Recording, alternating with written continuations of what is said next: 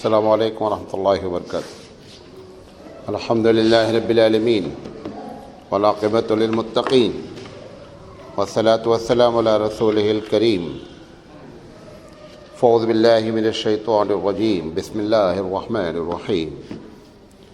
لقد کان لکم فی رسول اللہ اسوۃ حسنہ۔ محترم حضرات، ہم رسول اکرم صلی اللہ علیہ وسلم کی سیرت پر سلسلے وار پروگرام کر رہے ہیں، اور آج اس کا 269 سیریل ہے، 269۔ ہم بات کر رہے ہیں ان پیشین گوئیوں کے بارے میں جو اللہ نے قرآن مجید میں کی اور نبی کریم صلی اللہ علیہ وسلم نے اپنی زبان مبارک سے ہم تک یہ باتیں پہنچائی۔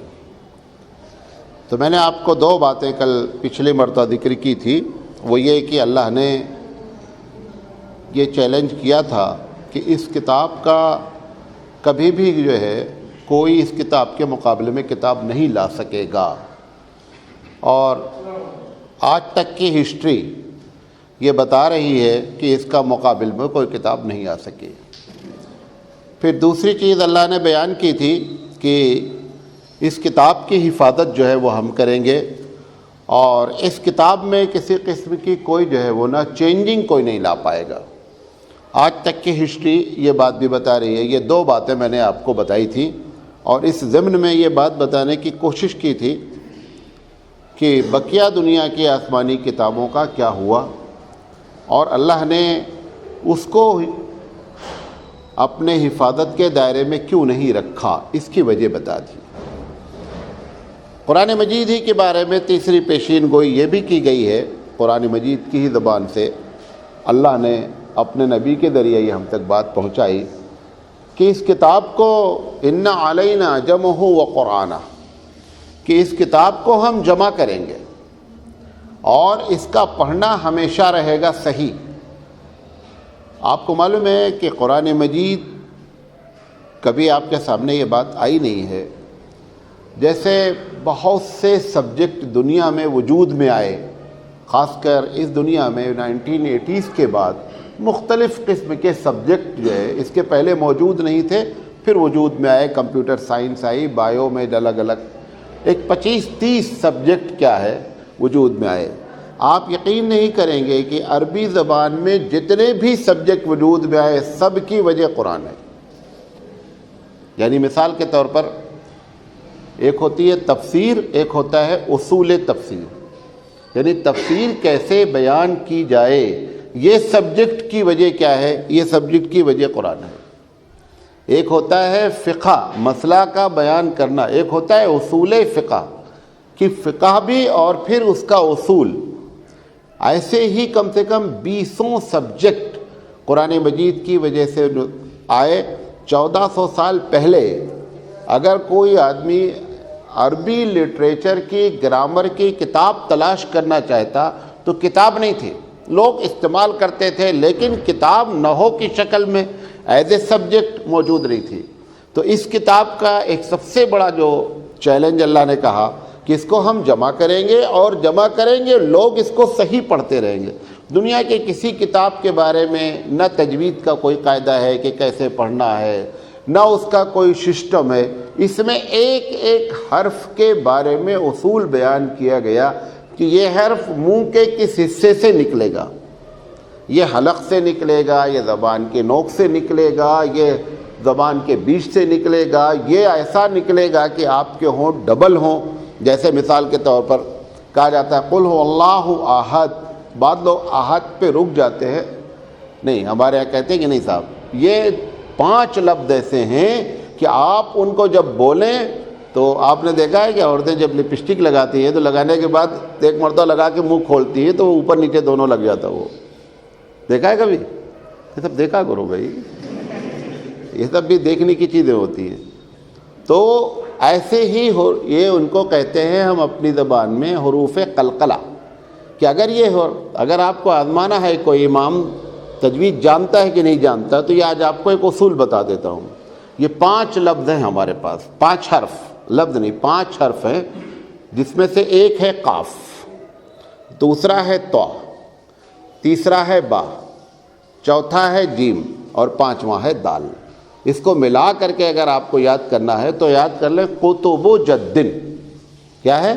قطب و جدن۔ یہ 5 حرف ایسے ہوتے ہیں کہ اگر اینڈ میں آ رہے ہیں تو لازم ہے کہ آپ کا ہونٹ کھلنا چاہیے، ورنہ یہ حرف ایسے ہیں جو پیک ہو جائیں گے، پورا نہیں نکلیں گے۔ دیکھیں وہ پڑھے گا امام، پڑھتا قل اللہ احد، اگر اس نے منہ کو نہیں کھولا تو اس کا مطلب اب دال اس نے ادا نہیں کی، تو سمجھ جاؤ کہ یہ بس صرف حافظ ہے، ان کو آتا جاتا کچھ نہیں ہے، یہ صرف حافظ ہے، باقی ان کو آتا کچھ نہیں۔ اب اس کو پڑھنا اللہ الصمد، اب دال کا ساؤنڈ نکلے گا۔ ایک ایک حرف کے بارے میں اصول بیان کیا گیا، دنیا کی کوئی بھی آسمانی کتاب کے بارے میں ایک اصول نہیں، اصول ہی نہیں ہے۔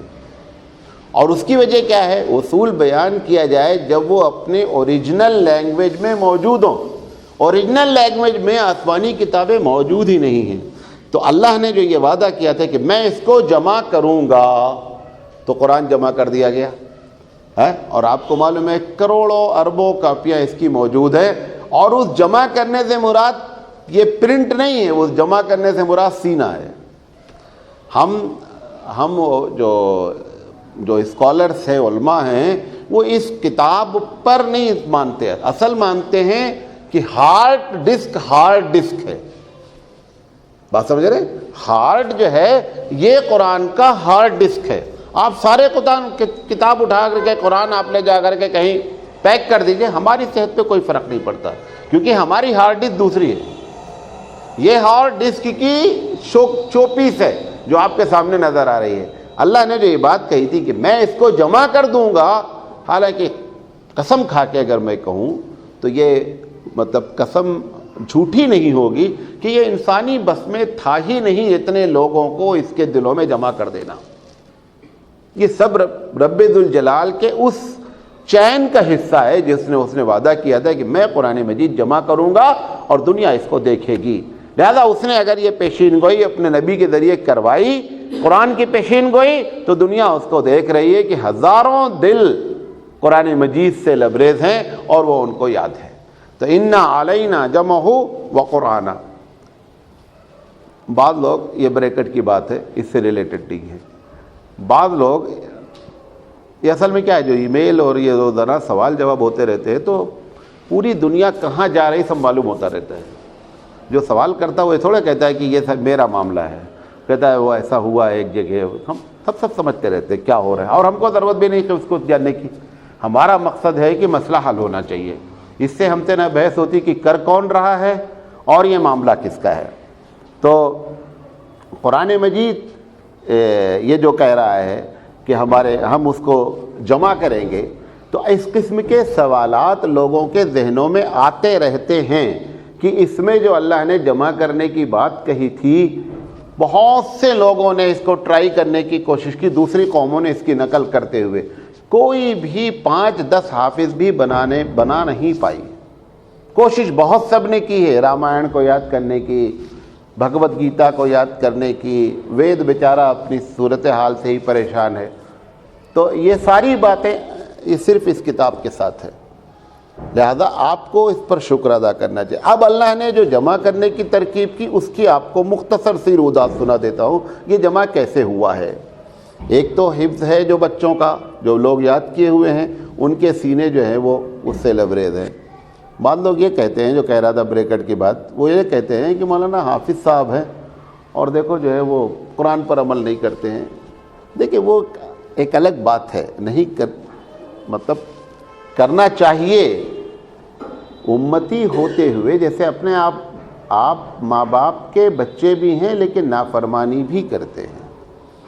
نافرمانی کرنے کا یہ مطلب نہیں ہوتا ہے کہ آپ کو ماں باپ سے محبت ہی نہیں ہے، دونوں الگ الگ چیزیں ہیں۔ بات سمجھ رہے ہیں؟ ایک دن آپ کو اس پر بیان کیا تھا، اللہ کے رسول صلی اللہ علیہ وسلم نے کیا فرمایا، ایک شرابی دوسری مرتبہ یا تیسری مرتبہ پکڑے گئے، حالانکہ صحابی ہیں، پیے انہوں نے، اللہ کے رسول نے ان کو جو قانون تھا اس قانون کے تحت ان کے اوپر پنشمنٹ دیا، دوسرے مرتبہ پھر پکڑے گئے، پھر پنشمنٹ دیا، تیسری مرتبہ پھر پکڑے گئے۔ جب پنشمنٹ دیا تو دوسرے صحابی نے کہا کہ اس کے اوپر لعنت ہو، مستقل پکڑا جاتا ہے۔ اللہ کے رسول صلی اللہ علیہ وسلم فرمایا کہ بھئی اس کے اوپر لعنت ہی بھیجو، یہ اللہ اور اس کے رسول کو بڑا چاہتا ہے۔ اب سوال یہ ہے کہ اللہ رسول کو چاہ رہا ہے تو لاجک کیا ہونی چاہیے کہ بھائی اللہ کو آپ چاہ رہے ہیں تو اللہ کی بات بھی مانیں۔ شراب کہاں لکھی ہے منع؟ قرآن میں لکھی ہے۔ تو یہ دونوں چیزیں الگ الگ ہوتی ہیں۔ میں علی گڑھ کے پروگرام میں شریک تھا، علی گیرین تھے، علی گڑھ میں نہیں ہو رہا تھا، دبئی میں ہو رہا تھا، ٹوٹل پی ایچ ڈی کیے ہوئے لوگ تھے۔ تو وہی اس وقت ڈنمارک کا واقعہ پیش آیا تھا، تو اسی کے تحت ایک پروگرام ہو رہا تھا۔ تو ایک ڈاکٹر صاحب نے کھڑے ہو کر کے کہا کہ مولانا صاحب، یہ جو اتنا ہنگامہ لوگوں نے کیا ڈنمارک کے معاملے پہ، لوگوں کی جانیں چلی گئیں اور 20 لوگ مار دیے گئے، یہ کیسی رسول کی محبت ہے کہ وہی رسول بولتا فجر کی نماز پڑھو تو پڑھنے نہیں آتے ہیں، اور یہ حضور کے خلاف اگر انہوں نے کیا تو انہوں نے اپنی جانیں گنوا دی۔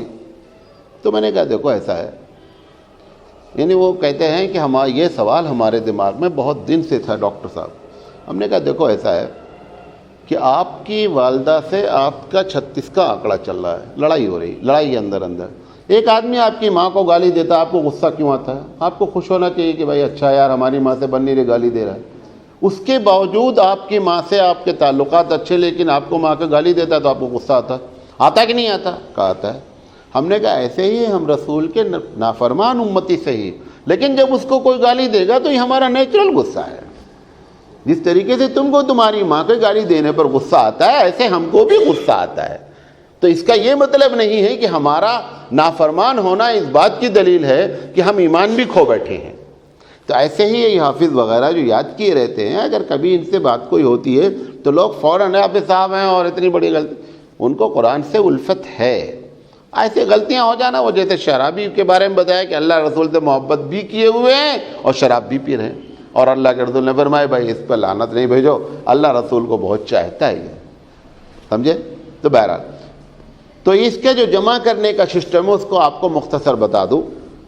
اس مرتبہ کبھی معلوم نہیں بات آپ کے سامنے آئی ہے کہ نہیں آئی ہے۔ یہ جو آپ دیکھتے ہیں کہ جو ڈسینڈنگ آرڈر ہے قرآن کا، جو قرآن کے نازل ہونے کی جو ترتیب ہے، اقرأ بسم ربک الذی پہلی صورت ہے نا، لیکن وہ لکھی ہوئی ہے آج کس نمبر پر؟ وہ پہلے نمبر پہ نہیں لکھی ہوئی ہے، پہلے نمبر پر الف لام لکھی ہوئی ہے۔ ہونا یہ چاہیے تھا کہ اقرأ بسم ربک الذی سے قرآن مجید اسٹارٹ ہوتا، تو پتہ چلا ڈسینڈنگ آرڈر کچھ اور ہے، جس آرڈر میں قرآن مجید نازل ہوا وہ آرڈر کچھ اور ہے، اور ترتیب کا آرڈر آج جو آپ کے سامنے موجود ہے وہ ہے۔ یہ کیسے ہوا یہ پہلے سمجھ لیں، کیونکہ یہ سوال بہت ضروری ہے۔ ہوتا یہ تھا کہ جبریل علیہ السلام جب آتے تھے اللہ کے رسول کے پاس قرآن لے کر کے، تو کبھی وہ بسم اللہ الرحمن الرحیم سے شروع کرتے تھے، اور کبھی وہ ڈائریکٹ قرآن مجید پڑھتے تھے۔ جب ڈائریکٹ قرآن مجید پڑھتے تھے تو وہ کہتے تھے کہ یہ پارٹ فلاں سورت کا پارٹ ہے، آپ اس کو وہاں ایڈجسٹ کیجئے۔ اور جب بسم اللہ الرحمن الرحیم سے شروع کرتے تھے تو بتاتے تھے کہ یہاں سے نئی سورت شروع ہو رہی ہے۔ ایسے ہی پورے 23 سال تک یہ بات اللہ کے رسول کو جبریل بتاتے رہے کہ اس آرڈر میں یہ آیت وہاں جائے گی، وہ آیت وہاں جائے گی۔ تھا یہ بہت ٹپیکل کام۔ اگر عام آدمی کو جو لکھنا، اب آپ اندازہ کریں کہ جو آدمی لکھنا پڑھنا بھی نہیں جانتا ہو، جو امی ہو، اس کے لیے کتنا بڑا مسئلہ ہے، لیکن اللہ نے اپنے نبی سے کہا آپ جبریل کی بات سنتے رہیے، یہ کٹ اینڈ پیسٹ کی ذمہ داری ہماری ہے۔ آپ دیکھتے ہیں کمپیوٹر میں ایک پیراگراف اٹھایا جاتا ہے، اٹھا کر کے وہاں ڈال دیا جاتا ہے، وہاں والا اٹھا کر یہاں ڈال دیا جاتا ہے، آپ نے سیو کر دیا، اب نکالا، دوسری ترتیب سے نکال آیا۔ پروردگار عالم نے کیا کہا؟ انا علینا جمعہ وقرآنہ، محمد اعظم یہ جمع کرنے کے آپ کے سینے میں ذمہ داری میری، آپ کیوں پریشان ہو؟ آپ ان کی غور سے بات سنیے، بس یہ جو کہہ رہے ہیں غور سے سنیے، ورنہ حقیقت یہ ہے کہ اگر آپ ڈسینڈنگ آرڈر کو دیکھیں گے، 114 صورتوں میں سے چند صورتیں ایسی ہیں جو پوری کی پوری ایک ساتھ نازل ہوئی، یہ بہت لمیٹڈ ہیں۔ اگر ٹوٹل کو نکالا جائے گا زیادہ زیادہ 10-12 صورتیں ہوں گی۔ 114 صورتیں کم سے کم 1500 مرتبہ میں اتری ہوں گی۔ اب اس کے بعد یہ آیت وہاں، وہ آیت یہاں، اقرأ بسم ربک الذی خود پوری نہیں اتری، پہلی مرتبہ 5 آیت اتری اور مختلف انداز میں اتری۔ حضرت علی رضی اللہ تعالی عنہ نے جو قرآن اپنے آپ سے ہاتھ سے لکھ رکھا تھا، انہوں نے ڈسینڈنگ آرڈر کے تحت لکھ رکھا تھا، وہ تو غائب ہوگا ورنہ بڑی قیمتی چیز تھی وہ، کہ کون سی آیت پہلے اتری پھر کون سی آیت اتری، اس میں یہ آرڈر نہیں تھا جو آرڈر آج موجود ہے. تو وہ قرآن کریم جو حضرت علی نے لکھا تھا وہ ڈسینڈنگ آرڈر میں لکھا تھا، لیکن وہ اتفاق سے مس ہو گیا وہ لڑائی وغیرہ میں. تو آپ کو بتانا چاہتا ہوں کہ اگر اللہ نے تو سب سے پہلا سینہ جس میں جمع کیا رب ذوالجلال نے، وہ کس کا سینہ ہے؟ وہ نبی کریم صلی اللہ علیہ وسلم کا ہے. اور رب ذوالجلال نے وہ کہا کہ ہم کٹ پیسٹ کر کے آپ کو برابر کریں گے، آپ صرف غور سے سنتے رہیے. لا تحرک بہ لسانک لتعجل بہ. محمد صلی اللہ علیہ وسلم اللہ کے رسول کا تھا کہ قرآن کی بات ہے، کہیں خدا نہ خواستہ مس ہو گیا ایک آدھ لفظ بھی بڑا مسئلہ ہو جائے گا. اللہ نے کہا لا تحرک بہ لسانک. محمد صلی اللہ علیہ وسلم آپ جلدی زبان ہلائیے ہی نہیں، لتعجل، تاکہ آپ جلدی کریں، آپ گھبرائیں نہیں. میں تم سے وعدہ کر رہا ہوں ان علینا جمعہ وقرآنہ، اس قرآن کو جمع کرنے کی رسپانسبلٹی اللہ کہہ رہا میری ہے.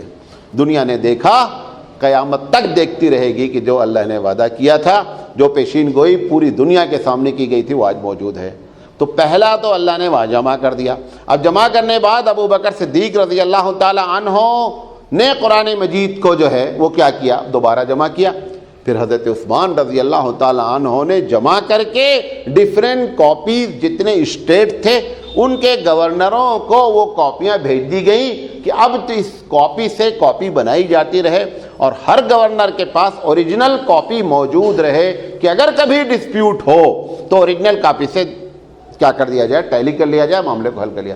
آج بھی ہمارے پاس اوریجنل کاپی حضرت عثمان رضی اللہ تعالی عنہ انہوں نے جو خود اپنے لیے رکھی تھی اور جس کی تلاوت آپ خود فرمایا کرتے تھے، وہ کتاب ترکی میں آج بھی رکھی ہوئی ہے میوزیم میں، اور اس صفحے کو کھول کر رکھا ہوا ہے جس صفحے کی تلاوت کرتے ہوئے عثمان رضی اللہ تعالیٰ عنہ کو لوگوں نے شہید کر دیا تھا، اور اس پہ خون کے دھبے بھی موجود ہیں. لہذا اللہ نے جو جمع کا وعدہ کیا تھا وہاں سے یہاں تک ایک ہی آدمی پوری محفل میں سو رہا ہے.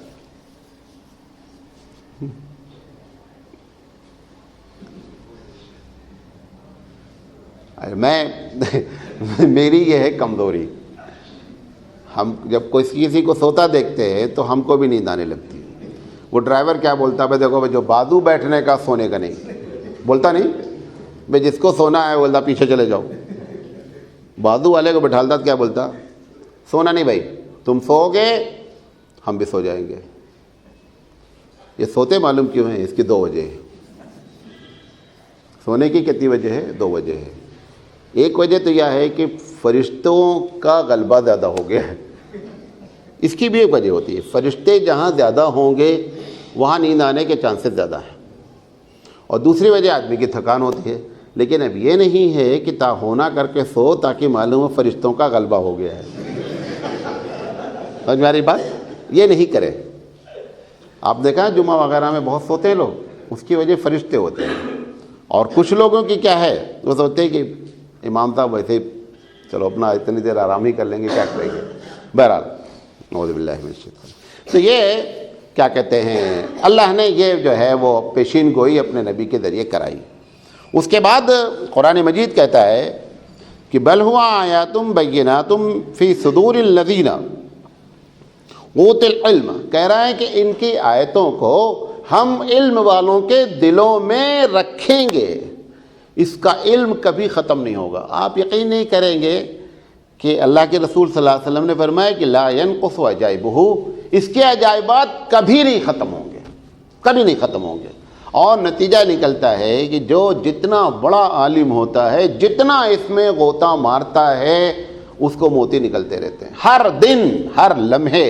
امام اعظم رحمۃ اللہ علیہ فرماتے ہیں کہ ہم لوگوں کو جو باتیں معلوم ہو جاتی ہیں شریعت کی، ہم کو اندر سے اتنی خوشی ہوتی ہے کہ اگر بادشاہ کو معلوم ہو جائے اتنا خوش ہے تو ہماری اس سے لڑائی ہو جائے حسد کے مارے. وہ بادشاہ حسد کرنے لگے گا کہ اس کے پاس کچھ بھی نہیں، نہ تپنگ ہے، نہ توپ ہے، نہ پیلس ہے، اس کے باوجود اس کے خوشی کا یہ عالم ہے، تو حسد میں ہمارے سے کیا کرے، لڑائی کرے. ہم کو جو چیز حاصل ہوتی ہے اور وہ چیز جو ہے قرآن مجید سے نکل کر آتی ہے. لہذا اس کے بارے میں جو اللہ نے کہا کہ ان کے دلوں میں ہم نے رکھ دیا ہے. آج بھی ہزاروں دل ہیں اور ہزاروں لوگ ہیں جو اس کے بارے میں غور فکر کرتے رہتے ہیں، اور ہر دن ایک نہ ایک بات لوگوں کو سمجھ میں آتی رہتی ہے. پھر قرآن مجید ہی کی پیشین گوئی کہ لا یاتیہ الباطل من بین یدیہ ولا من خلفہ، کہ باطل اس کے آگے اور پیچھے سے ہر طرف آنے کی کوشش کرے گا، لیکن اس کے سارے دروازے پیک ہیں۔ کوشش بہت ہوتی ہے اس کے خلاف، قرآن مجید کے خلاف کوشش بے شمار ہوتی ہے۔ اس ٹاپک پر اگر بات کی جائے گی تو یہ کم سے کم 20 سیریل چاہیے۔ اگر ہم 20 سیریل کریں کہ کیسے کیسے اس کے خلاف لوگوں نے سازشیں رچائیں اور کیسی کیسی سازشیں کی گئی ہیں، تو ایک بہت بڑی لمبی چوڑی لسٹ ہے۔ لیکن کوئی بھی آدمی مسلمان کے دل سے قرآن کی محبت کو نکال نہیں سکا۔ آپ کو اس کے پہلے بھی کئی مرتبہ بتایا ہوں کہ امت محمدی کے دل میں اللہ نے قرآن اور محمد صلی اللہ علیہ وسلم کی محبت رکھی ہی رکھی ہے، وہ پڑھے چاہے ایک مرتبہ نہیں۔ لیکن ابھی آپ ذرا سے دیکھیں ہیں، خاص کر ہندوستانی، یہ ایشیا کے یہ لوگ جتنا ادب قرآن مجید کا کرتے ہیں وہ دنیا کا کوئی نہیں کرتا ہے۔ سب سے زیادہ ادب ہندوستان، پاکستان، بنگلہ دیش میں قرآن کریم کا ہے۔ ہم جہاں پر بیٹھتے ہیں کبھی ہم نہیں چاہتے کہ قرآن مجید اس سے 1 فٹ بھی نیچے پہ ہو، پڑھے نہ پڑھے وہ ایک الگ مسئلہ ہے، لیکن ہمارے دل میں اس کی محبت میں ذرہ برابر کا بھی فرق نہیں ہے۔ تو اللہ کہہ رہا ہے کہ اس کے لیے دائنے اور بائیں سے کسی بھی جانب سے باطل پوری کوشش کرے گا، لیکن قیامت تک کبھی کامیاب نہیں ہو سکتا۔ اور 1450 سال کی ہسٹری اس پر وٹنس ہے کہ اللہ نے اس کی حفاظت فرمائی ہے۔ ہم انشاءاللہ اسی لیے نہیں کہہ رہے ہیں، کیوں؟ ہم کو یقین کامل ہے کہ پروردگار عالم نے جو پیشین گوئی کی ہے دنیا والوں کے سامنے، وہ پیشین گوئی بے عین ہی پوری دنیا کے لیے موجود ہے۔ اس کے بعد قرآن مجید کی یہ پیشین گوئی ہے اپنے نبی کے بارے میں، هو الذی ارسل رسولہ بالہدی ودین الحق لیظہرہ علی الدین کلہ۔ اللہ کہہ رہا ہے کہ وہ رب ذوالجلال جس نے اپنے رسول کو بھیجا ہدایت کے ساتھ اور دین حق کے ساتھ، یہ دین حق غالب ہوگا۔ آپ کو معلوم ہے موسیٰ علیہ السلام ایک دم غلبے کے قریب تھے کہ اب حکومت اسلام کی قائم ہو جائے۔ انہوں نے کہا اذهب انت وربک، موسیٰ علیہ السلام آپ جائیے اور آپ کا اللہ جائے جنگ کرے، ہم پیچھے یہاں بیٹھے ہوئے ہیں، جب جنگ ہو جائے گی جیت جائیں گے تو نعرے تکبیر لگانے آ جائیں گے۔ نتیجہ یہ نکلا کہ موسیٰ علیہ السلام کی قوم پر اللہ نے ناراضگی ظاہر کی اور جیتی ہوئی بازی کو ختم کر کے 40 سال کی سزا دی گئی، اور وادی تیہ میں 40 سال تک بھٹکتے رہے۔ بہت کم نبی ایسے اس دنیا میں گزرے کہ جن کی کوشش ان کے زمانے میں کامیاب ہو گئی ہو۔ 950 سال خدمت کرنے والا اور تبلیغ دین کرنے والا نبی بھی جو ہے، رسول بھی جو ہے، وہ اپنے آنکھوں کے سامنے اسلامی حکومت دیکھ نہیں پایا، اور نتیجہ یہ نکلا ہے کہ پوری قوم کے لیے بد دعا کی، اور اللہ تعالیٰ نے جو ہے وہ پورے قوم کو جو ہے اس میں تباہ و برباد کر دیا، سوائے ان لوگوں کو جو ایمان لائے۔ 23 سال کچھ نہیں ہوتا۔ اللہ کے رسول کی زندگی کے 23 سال ٹوٹل ہیں۔ 23 سال تو ابھی آدمی کو جو ہے وہ شعور آنے میں لگتا ہے کہ معاملہ کیسے شروع کیا جائے، اور 23 سال میں ایک بندہ اللہ رب العزت کی پیشین گوئی کہ محمد صلی اللہ علیہ وسلم اس دین کو غالب کر کے رہیں گے، اور دنیا نے دیکھا کہ جن لوگوں نے ستایا تھا وہ ایسے ہاتھ بندھے ہوئے آ گئے۔ ٹوٹل مکے کے لوگوں نے، جن لوگوں نے رسول اکرم صلی اللہ علیہ وسلم کو ان کے باپ کی پراپرٹی پر قبضہ نہیں کرنے دیا تھا، ٹوٹل آپ کیا کہتے ہیں 10 سال میں آپ گئے ہیں، یعنی آپ کی عمر جب 40 سال کی ہے تو نبوت کا اعلان ہوا ہے، 13 سال مکے میں رہے ہیں، 53 سال کی عمر میں آپ مدینہ گئے ہو، 10 سال مدینے میں رہے ہیں۔ ابھی 5 یا 6 سال ہی گویا کہ سن 8 ہجری 8 ہی سال ہوئے تھے کہ 8 سال میں ان تمام بڑے بڑے دھرندر کو ایسے پیک کر کے اللہ کے رسول کے سامنے کھڑا کر دیا گیا کہ آپ ان کو اللہ کے رسول کو اب ان کی قسمت کا فیصلہ کرنا تھا، اور آپ کی شان رحمت للعالمین انتم الطلقاء، سب کے سب آزاد ہو جاؤ، دل چاہے تو اسلام قبول کرنا اور دل چاہے تو آزاد ہو، جو تمہارا دل چاہے۔ لیکن اب اس پر اذان جس پر بلال نے دی ہے، اب اذان ہی ہوتی رہے گی، اب گھنٹے نہیں بجیں گے۔ یہ اللہ نے جو بات کہی تھی کہ ہم آپ کے دین کو غالب کر دیں گے، اللہ نے دکھلایا. ایک جگہ قرآن میں آیا, یہ بات بھی جملے آئے کہ محمد صلی اللہ علیہ وسلم آپ اتنا پریشان نہیں ہوں. بہت سے نبی آئے ہیں, قتل کر دیے گئے, بہت سے نبی آئے ہیں, مار دیے گئے, اور ان کے سامنے ان کا پھل نظر نہیں آیا. حضور اکرم صلی اللہ علیہ وسلم نے فرمایا کہ میں اپنی کوشش کو جاری رکھوں گا, یا تو مجھے موت ہو جائے اور یا کیا ہے اسلامی جھنڈا گڑ جائے. لیکن آپ یہ سوچیں کہ میں اس وجہ سے کہ شاید کامیاب نہیں ہوں گا کام چھوڑ دوں, کام نہیں چھوڑوں گا. یہ بات یاد رکھیں, ہر مومن کی ذمہ داری لاسٹ مومنٹ تک ہے کہ وہ دین کے ساتھ جڑا رہے. تبلیغ دین اس کے زندگی کا سب سے اہم مقصد ہے. جس طریقے سے مچھلی پانی سے نکال دی جاتی ہے, ہر لمحے تڑپتی رہتی ہے جب تک کہ پانی میں پہنچنے کی اس کو امید ہوتی ہے. وہ خاموش نہیں بیٹھتی کہ اب نکل گئی ہوں لہذا اب چھوڑو, تڑپنا بند کر دو, پانی میں نہیں پہنچ پاؤں گی. نہیں, آخری مومنٹ تک وہ تڑپتی ہے کہ مجھے پانی میں جانا ہی جانا ہے. یہ مومن کی شان ہونی چاہیے کہ وہ دین کی خدمت کے لیے لگ جائے اور دین کو غالب کرنے کے لیے جو بھی محنت ہے وہ کرتا رہے. دین غالب کرنا نہیں کرنا پروردگار عالم کا کام ہے, آپ کا کام کوشش ہے. اسی لیے آپ کو جو اجر ملے گا وہ عمل کا نہیں ملے گا, بلکہ قرآن مجید کہتا ہے وَعَنَّا سَعْيَهُ سَوْفَ يُرَىٰ, کہ لوگ اپنی کوششیں قیامت میں دیکھیں گے, عمل نہیں دیکھیں گے. کہ ہاؤ یو اسٹرگل, آپ نے کوشش کتنی کی ہے, اس کوشش کی بنیاد پر رب ذوالجلال ہم کو کیا کرے گا, ہمارا ثواب دے گا. یہ وہ دھندا ہے, یہ وہ بزنس ہے جس کو اللہ نے بزنس کہا ہے. یہ وہ بزنس ہے جس میں کسٹمر کے خریداری پر آپ کا پروموشن نہیں ہے, جس میں صرف پروموشن اس بات پر ہے کہ تم نے کتنے کسٹمر ڈیل کیے ہیں. اس نے خریدا نہیں خریدا, پروڈکٹ نکلا نہیں نکلا, یہ دنیا کی تجارت ہوتی ہے. لیکن رب ذوالجلال نے تجارت رکھی ہے کہ تم نے کتنے لوگوں کے ساتھ اسلام کی بات پہنچائی, کتنے لوگوں کو تمہاری دین کی دعوت کی وجہ سے شرابی نمازی بنا, جواڑی نمازی بنا, آپ کے دین سے کتنا جڑا, اللہ کے رسول سے کتنا جڑا, محمد صلی اللہ علیہ وسلم سے محبت کتنی ہوئی, اس بنیاد پر آپ کو ثواب دیا جائے گا. اور اللہ نے اپنے نبی کے سامنے یہ کر کے دکھلایا کہ محمد صلی اللہ علیہ وسلم یہ جو تمہارے جان کے دشمن ہیں, ایک وقت ایسا آئے گا کہ یہ ہاتھ جوڑے کھڑے ہوں گے تمہارے سامنے اور آپ ان کی قسمت کا فیصلہ فرمائیں گے. یہ کہہ رہا ہے لیظہرہ دین کلہ, آگے کہا ہے وَلَوْ کَرِہَ الْمُشْرِكُونَ, ایک جگہ کہا ایک جگہ کافرون کہا ہے کہ منافق بھلے ہی, مشرک بھلے ہی کتنا چاہیں کہ کسی طریقے سے اسلام کا پلڑا باری گر جائے, اب اسلام کا پلڑا گرنے والا نہیں ہے. اللہ کے رسول صلی اللہ علیہ وسلم نے فرمایا بدر کے موقع پر کہ پروردگار عالم اگر آج تو نے ان 313 کی لاج نہیں رکھی تو قیامت تک اس زمین پر اب تیرا نام لینے والا کوئی نہیں رہے گا. اگر اس کو مٹنا تھا تو اس کی فائل بدر کے دن مٹا دی گئی ہوتی. اس کے فائل کے مٹنے کا دن تھا کہ بدر کے دن اس کی فائل لپیٹ کر کے ڈال دی گئی ہوتی. اگر بدر سے یہ دن دا ہوا ہے تو اب یہ قیامت تک زندہ رہے گا. اللہ کے رسول صلی اللہ علیہ وسلم کی محنت دنیا کے چپے چپے میں اس کے اثرات مرتب فرمائے گی اور فرما رہی ہے.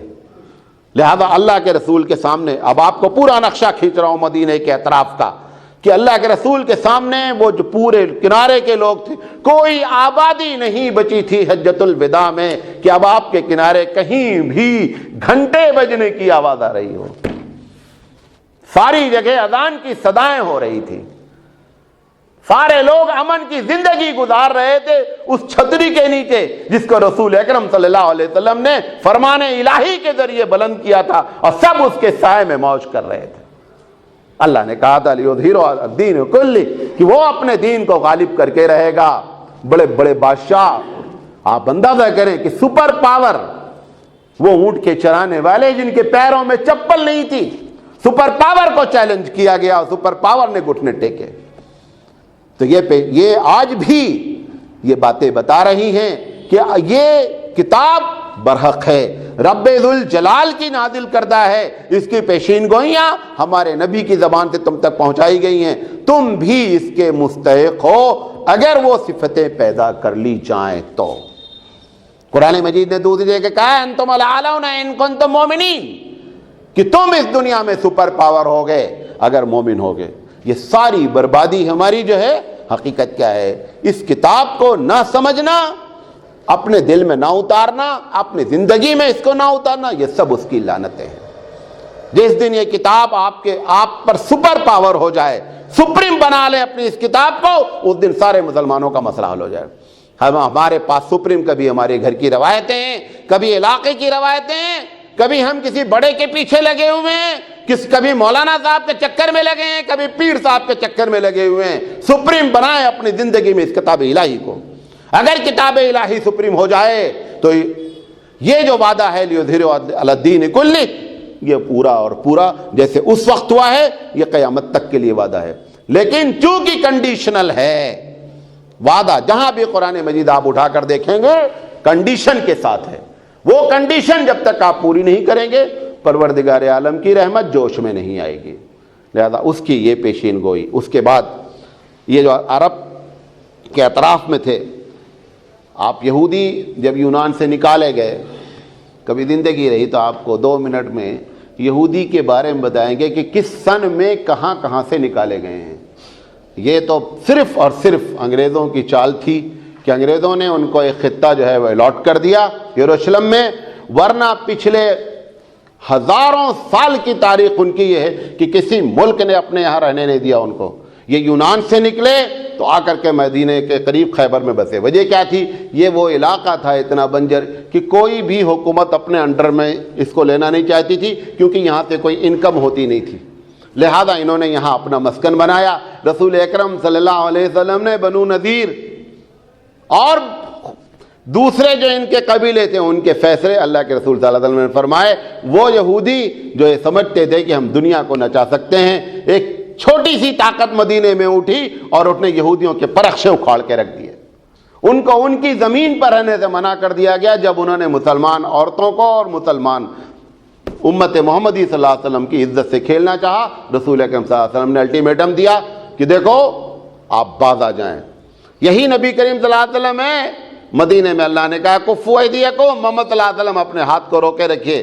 جب مدینہ آئے تو آپ نے کہا اگر آپ آنکھ دکھلائیں گے تو ہم بھی آنکھ دکھلا سکتے ہیں, طاقت ہم بھی مظاہرہ کر سکتے ہیں, شرافت سے رہو گے تو مجھ سے زیادہ کوئی شریف نہیں ہے. لیکن اگر تم نے اسلام کو اب نقصان پہنچانے کی کوشش کی تو یاد رکھنا کہ 2 ہاتھ ہو جائے گا. سمجھ میں آ رہی بات؟ لہذا قرآن مجید میں جہاں پر سورہ حدید میں کہا گیا ہے, وہاں پر نبی کا جہاں بیان کیا گیا ہے مقصد, وہاں یہ بھی کہا گیا ہے کہ نبی میں نے ہر نبی کے ساتھ لوہا اتارا. لوہا جانتے ہیں؟ آئرن. لوہا اتارا. لوہا اتارنے کا مطلب کیا ہے کہ آخری بات جب یہ سمجھ میں نہیں آئیں گے تو سمجھاون ہی کام کرے گا, وہ ڈنڈا ہی کام کرے گا. اس کو لوہا اللہ نے کہا کہ ہم نے ہر نبی کے ساتھ لوہا اتارا ہے, اور آخری وقت وہی آتا ہے کہ نبی مجبور ہو کر کے لوہے سے کیا کرتا ہے؟ استعمال کرتا ہے. پھر دنیا جو ہے وہ چیخنا شروع کرتی ہے.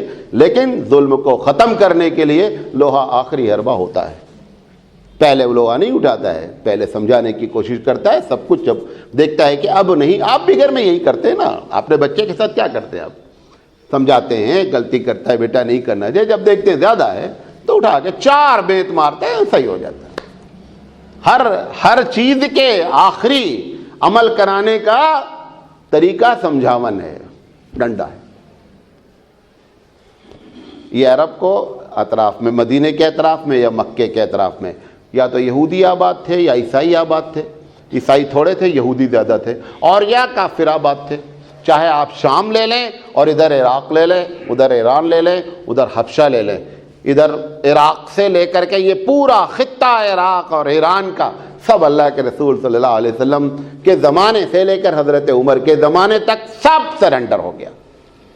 وہ رستم جس کے لیے محاورے بنے, کیا بھائی رستم ہو, بڑا رستم, اس رستم کو اسلام کے چیف آف آرمی نے ایسی ناکوں چنے چبوائے کہ اس کی حواس باختہ ہو گئی. 1.25 لاکھ کا لشکر لے کر کے میدان میں اترا, اور مجاہدین نے جو ہے وہ اپنے وہ کارنامے دکھلائے. اپنے گھر سے دور ایران میں گھس کر کے جنگ کی گئی.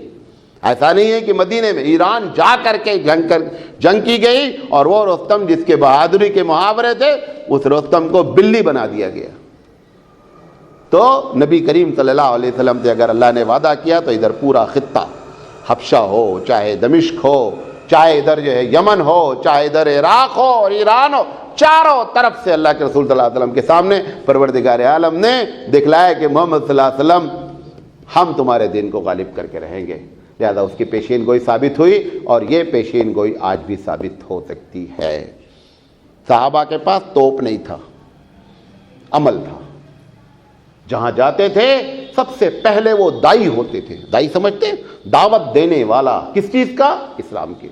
وہ ان کا تجارت کر رہے ہوں، وہ کھیتی کر رہے ہیں، ہر جگہ ان کا پہلا مشن کہ ہمارا بیسک پیشہ دائی ہے۔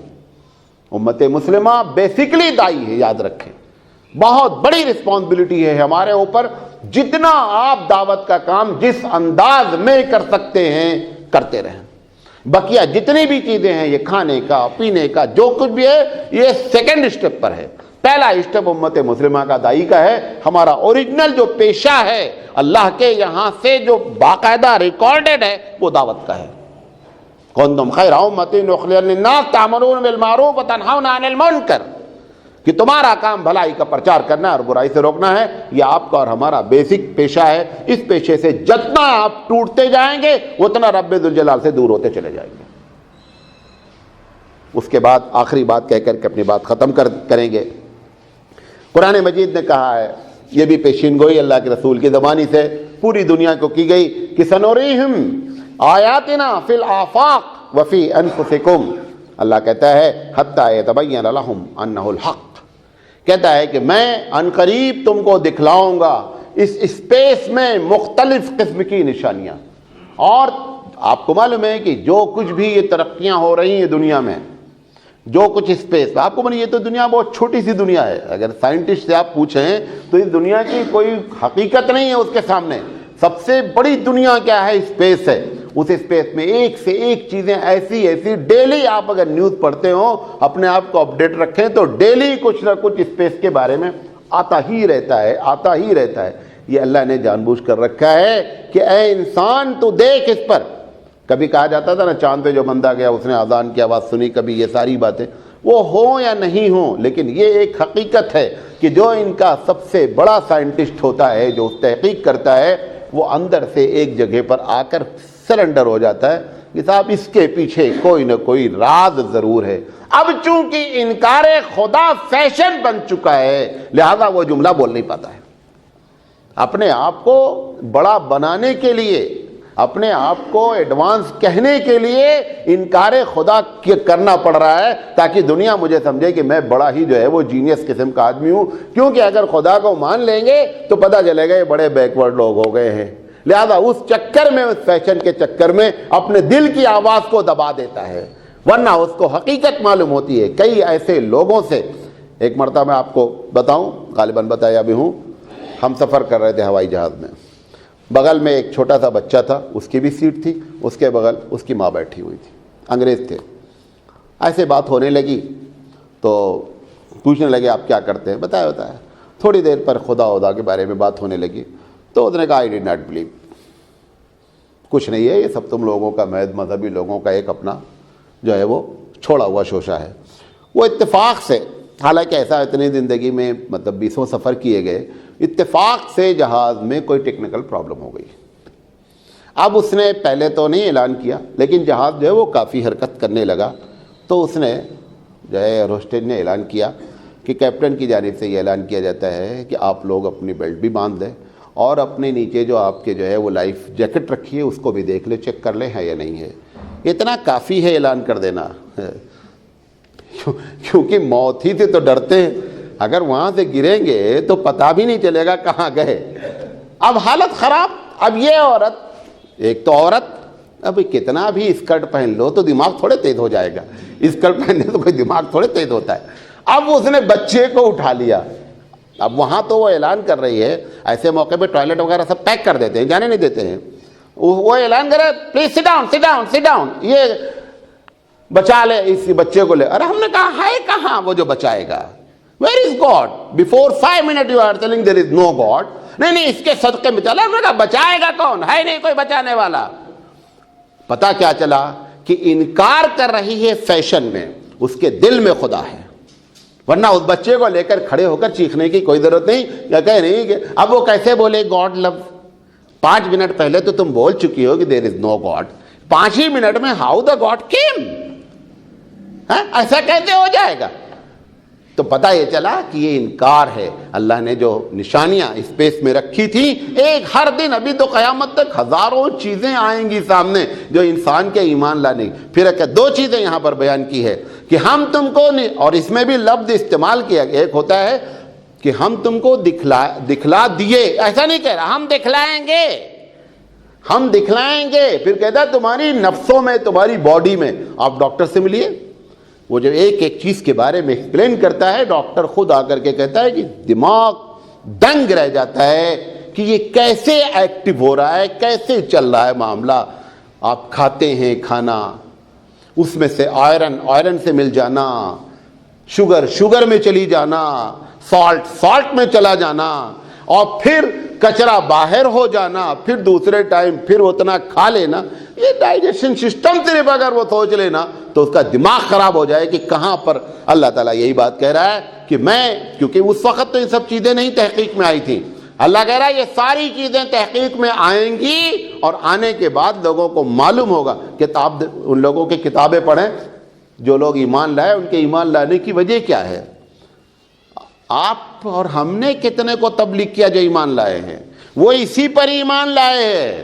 ان کے سامنے جب اسپیس کی باتیں، ایک بحری سمندر پر ایک آدمی سفر کر رہا تھا، تو کسی نے قرآن اس کو دیا تھا، تو لمبا سفر تھا شپ پہ. آپ کو معلوم ہے شپ پہ جب لوگ چلے جاتے ہیں وہ ایک الگ دنیا ہوتی ہے.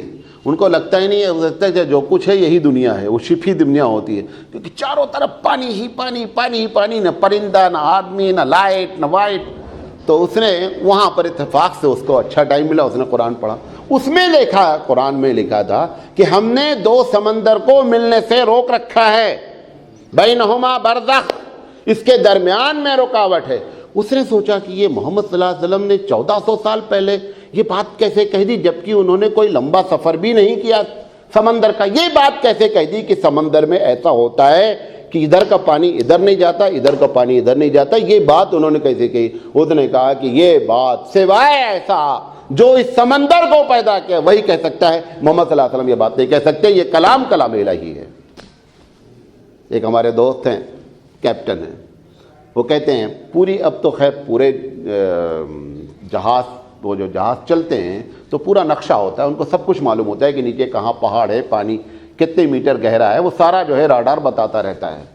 تو راڈار یہ بھی بتاتا ہے کہ کہاں پہ میٹھا پانی ہے. تو بتاتے ہیں کیپٹن صاحب، ان کا نام احمد ہے، کہتے ہیں کہ وہ جہاں میٹھا پانی ہوتا ہے ہم لوگ جہاز روک لیتے ہیں، اور جہاز روک کر کے ایک آدمی اس میں غوطہ مار ہوتا ہے جو غوطہ لگاتا ہے.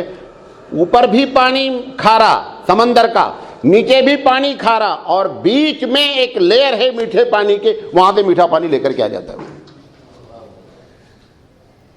وہاں سے وہ پانی لے کر کے آتا ہے. جب ہم لوگوں کو شارٹیج ہوتی ہے پانی کی پینے کی، ہم پھر وہاں روک لیتے ہیں، وہاں سے لے جا کر کے وہ پائپ لگاتا ہے، یہاں سے ہم موٹر سے کھینچتے رہتے ہیں. ایک قطرہ پانی سمندر کا کھارا نہیں آتا. اس لیئر سے میٹھا پانی ہم لوگ یہاں پوری بھر لیتے ہیں. اس کے بعد وہ بندہ اوپر آ جاتا ہے.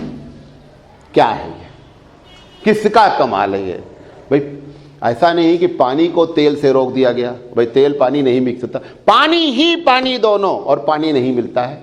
تو اس نے جب پڑھا، اس نے کہا صاحب یہ محمد صلی اللہ علیہ وسلم کا کلام نہیں ہو سکتا، یہ کلام اللہ ہی کا ہو سکتا ہے جس نے سمندر کو پیدا کیا ہے. تو اس نے یہ جو نشانیاں رکھی، آگے کیا کہا، حتی یتبین لہم انہ الحق، یہاں تک کہ تم پر بات کھل جائے گی کہ جو میں کہہ رہا ہوں وہ سچ ہے. ایسے ہمارے پاس سینکڑوں پوری کتابیں لکھی گئی ہیں کہ جن لوگوں نے اسلام قبول کیا اس کی ایک بڑی وجہ یہ دونوں چیزیں ہیں. اس نے سسٹم کو جب جانا کہ صاحب یہ سسٹم ہے، وہ اللہ کی بات پر ایمان لے آیا. یہی بات پروردگار عالم نے یہاں پر کہی ہے کہ ہم اس دنیا میں بھی، اور اس دنیا میں، اس اسپیس میں، اور تمہاری جانوں میں ایسی ایسی نشانیاں دکھلائیں گے کہ تم کو حق واضح ہو جائے گا. اس کے باوجود بھی بندہ جو حق کو نہیں مان رہا ہے، یہ اس کا فیشن اس کو روک رہا ہے، ورنہ اس کو مان لینا چاہیے. اللہ تعالیٰ سے دعا ہے کہ اللہ تعالیٰ کہنے سے زیادہ عمل کرنے کی توفیق عطا فرمائے. وآخر دعوانا ان الحمدللہ رب العالمین. سبحان اللہ وبحمدہ، سبحانک اللہم وبحمدک، اشہد ان لا الہ الا انت، استغفرک واتوب الیک. کل انشاءاللہ جمعہ